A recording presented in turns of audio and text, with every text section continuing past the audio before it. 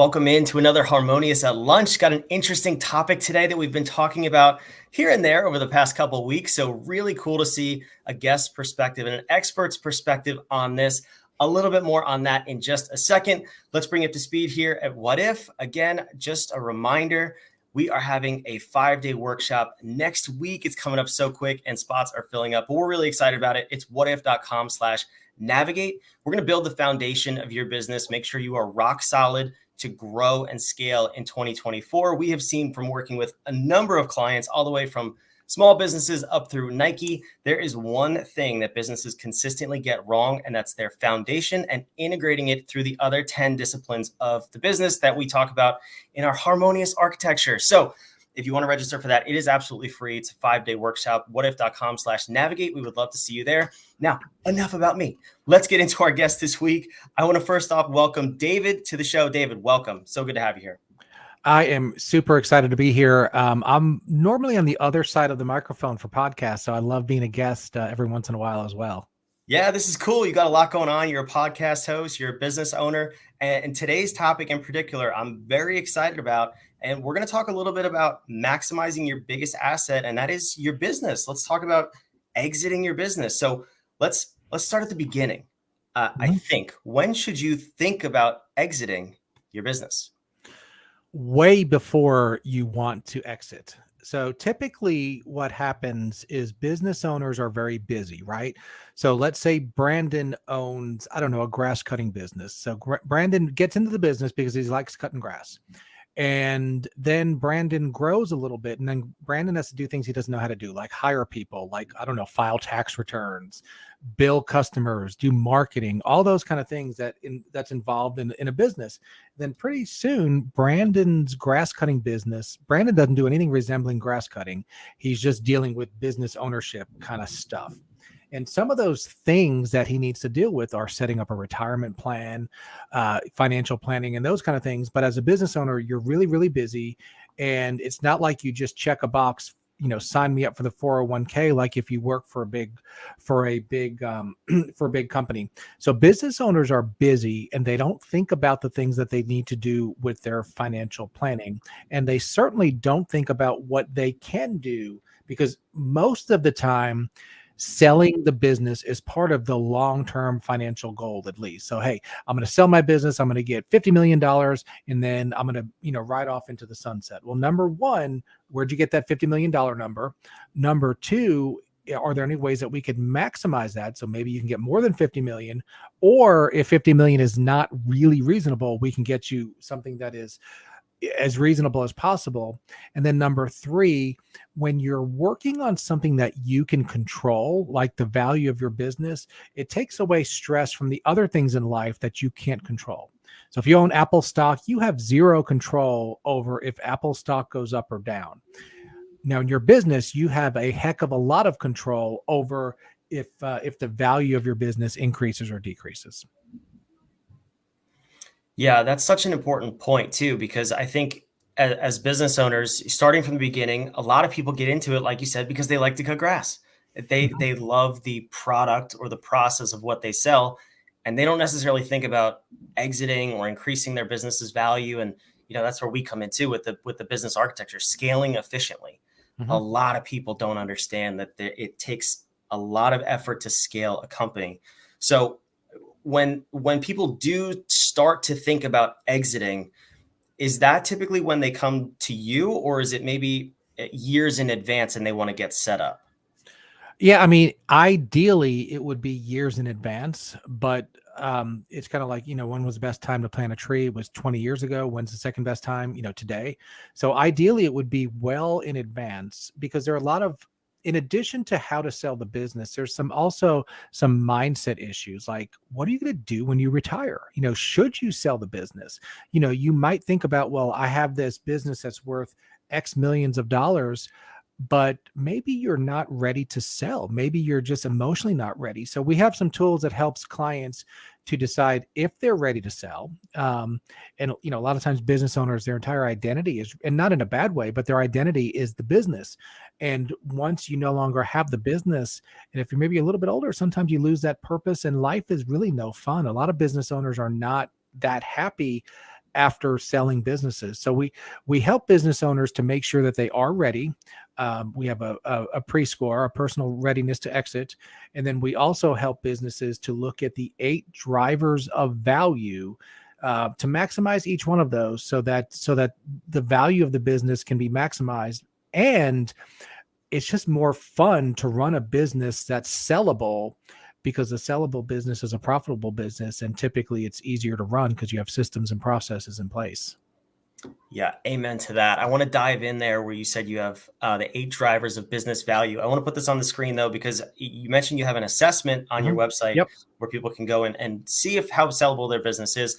Allofmyassets.com. So go check out David's website, take his assessment, see where your business lies. But can you dive in? And we don't have a ton of time here, but can you go through some of these 8 drivers and what could maybe influence them, good or bad? Sure. Absolutely. So let's start with probably the most important one and also the most common one. And that's what we call the hub and spoke. And if you think about a wheel, and if you think about, the hub is the business owner, and all the spokes go to the business owner. So if too much of everything in the business has to go through the business owner, then that's a crappy business, right? I mean, would you buy a business where you had to be involved with everything, or would you rather buy something that uses more of a franchise type model where you have systems and processes and things like that? So one of the questions that we have to all be very honest about is ask yourself, would you buy your business from you?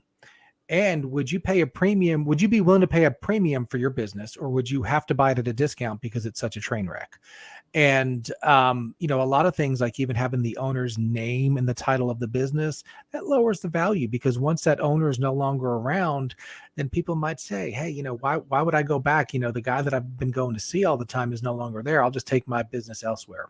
So one of the major value drivers is the hub and spoke. And we help business owners to figure out ways to get out of the way, so then they can sell a business that's not really just selling a job, because nobody wants to buy a job. Why would you want to buy a job?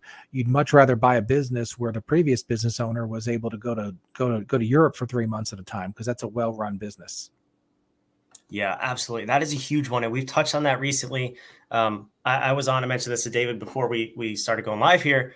I was on a panel last week about this very topic, about selling your business, getting out of the way as the owner. And that was one of the huge sticking points that all of the panelists were discussing, but I don't think enough people understand, because a lot of our clients, when they come in too, whether they're solopreneurs or they have a small team, they don't get to that point of putting systems on other people and integrating their teams into the system creation and business creation.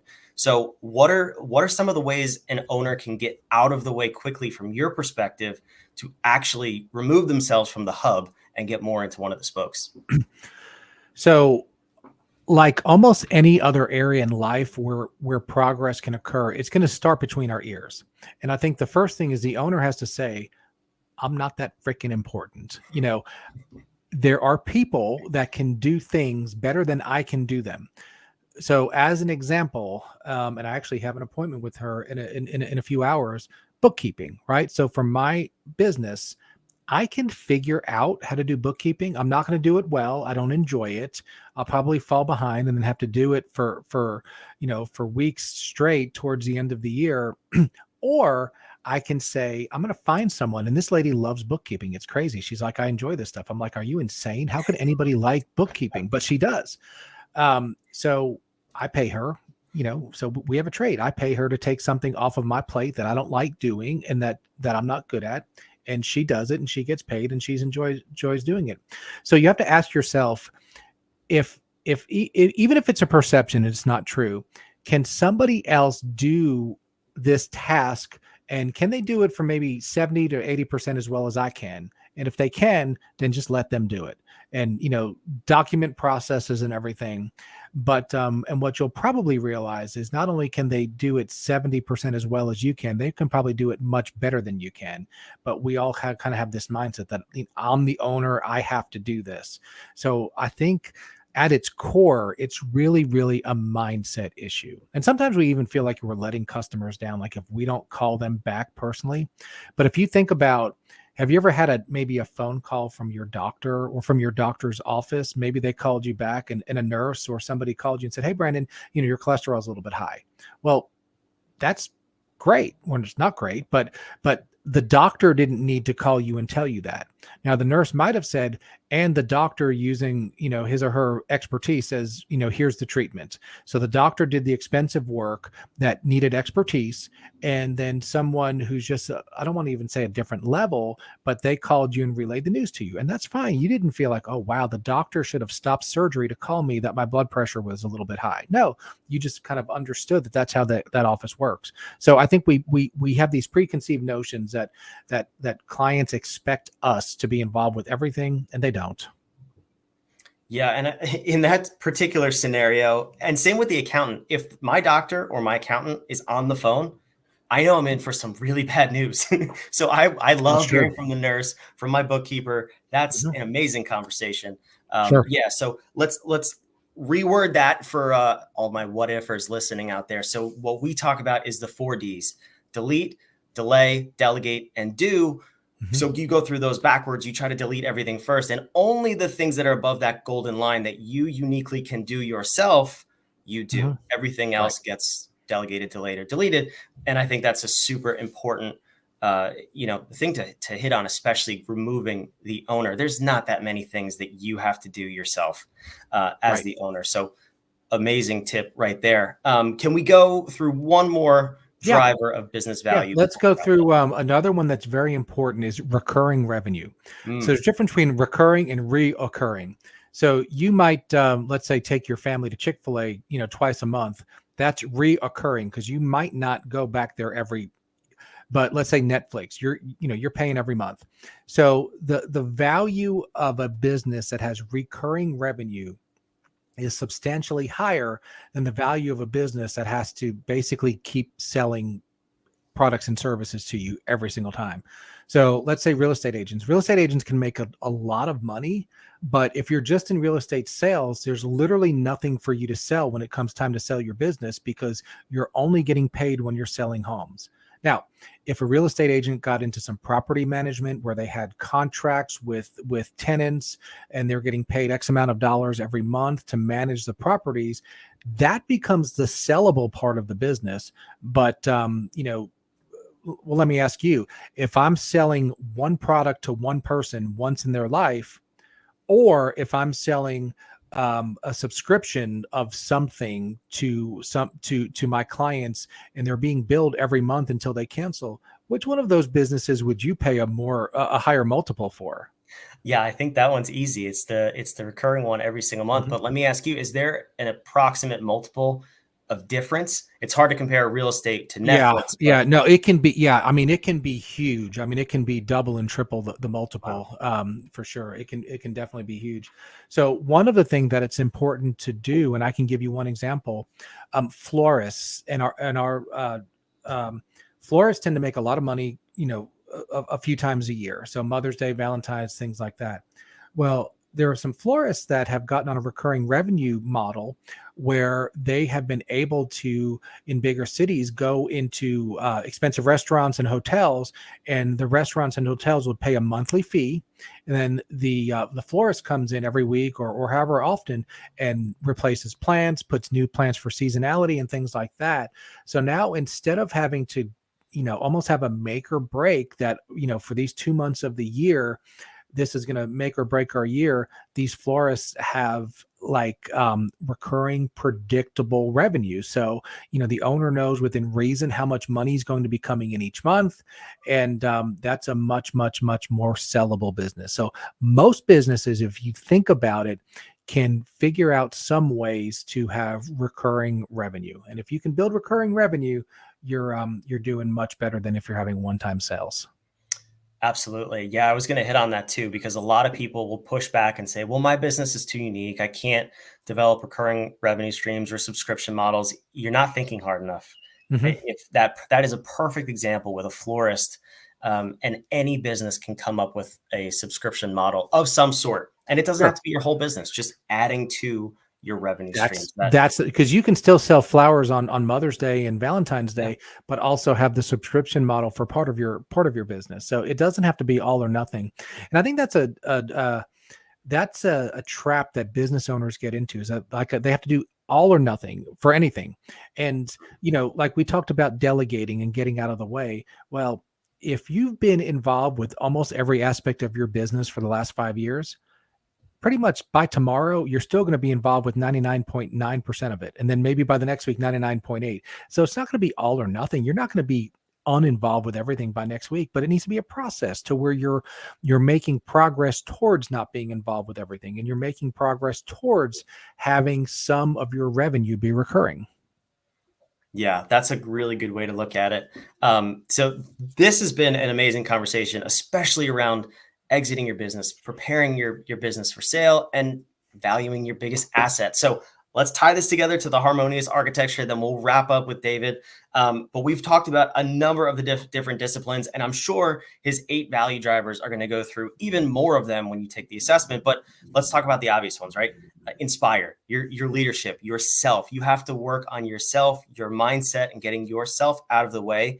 We also talked about order, which is your process management. If your processes are not in place, you don't have systems to get yourself out of the day-to-day and remove yourself from the business, you cannot sell. Well, I mean, you can, but to someone who just wants to buy a job, but your multiple is going to reduce significantly. So is the price for your business. And of course, this whole discussion centers around risk and defense. Your risk and defense is foundational in what is your business multiple, what is it sellable for, and of course your strategy to exit when the time comes. So for me personally, I'm sure David would echo this too. The time to start thinking about exiting your business is now, if not yesterday, if not 3 years ago, no matter when you want to get out. So I want you to go and visit David's website, allofmyassets.com. And David, where else can people connect with you, and where can we learn a little bit more about what you do? Yeah. So if you check out my podcast, the Weekly Wealth Podcast, it's on www.weeklywealthpodcast.com, or you can just find it on any of the other platforms. I talk about the mindsets, the tactics, and the strategies that help you to build and maintain wealth. And what I believe is that how we handle our money should positively impact our lives and the lives of those around us. So we're not like hey, where is the markets going? Is Apple going to go up or down? But we talk about just how to have a better life by how you handle your business. And I think that's just so important, because money, health, relationships, and spirituality, those are like the cornerstones of life. And we're not really taught that. We're certainly not taught the logistical aspects of money, like what is an interest rate, what is a stock, what is a bond, but we're definitely not taught like how money works in relationships, and how to have harmonious relationships, and how to have freedom and things like that. So my goal is that my clients, my financial planning clients and our listeners, they simply have a better life, by how they handle their money. That's awesome. So I put that on the screen too. Weeklywealthpodcast.com. Go check out David's podcast if you want to dive deeper in all this. And he said harmonious, not me. So I want to give you points. But if you want to sell your business, selling a harmonious business is a million times easier than selling a business that doesn't run well. So David, thank you again for joining me today. This was a great episode. And again, allofmyassets.com. Go check out that assessment, see how sellable your business is. We'll see you next time on Harmonious at Lunch. And for now, we're signing off. See ya. Awesome. Thanks.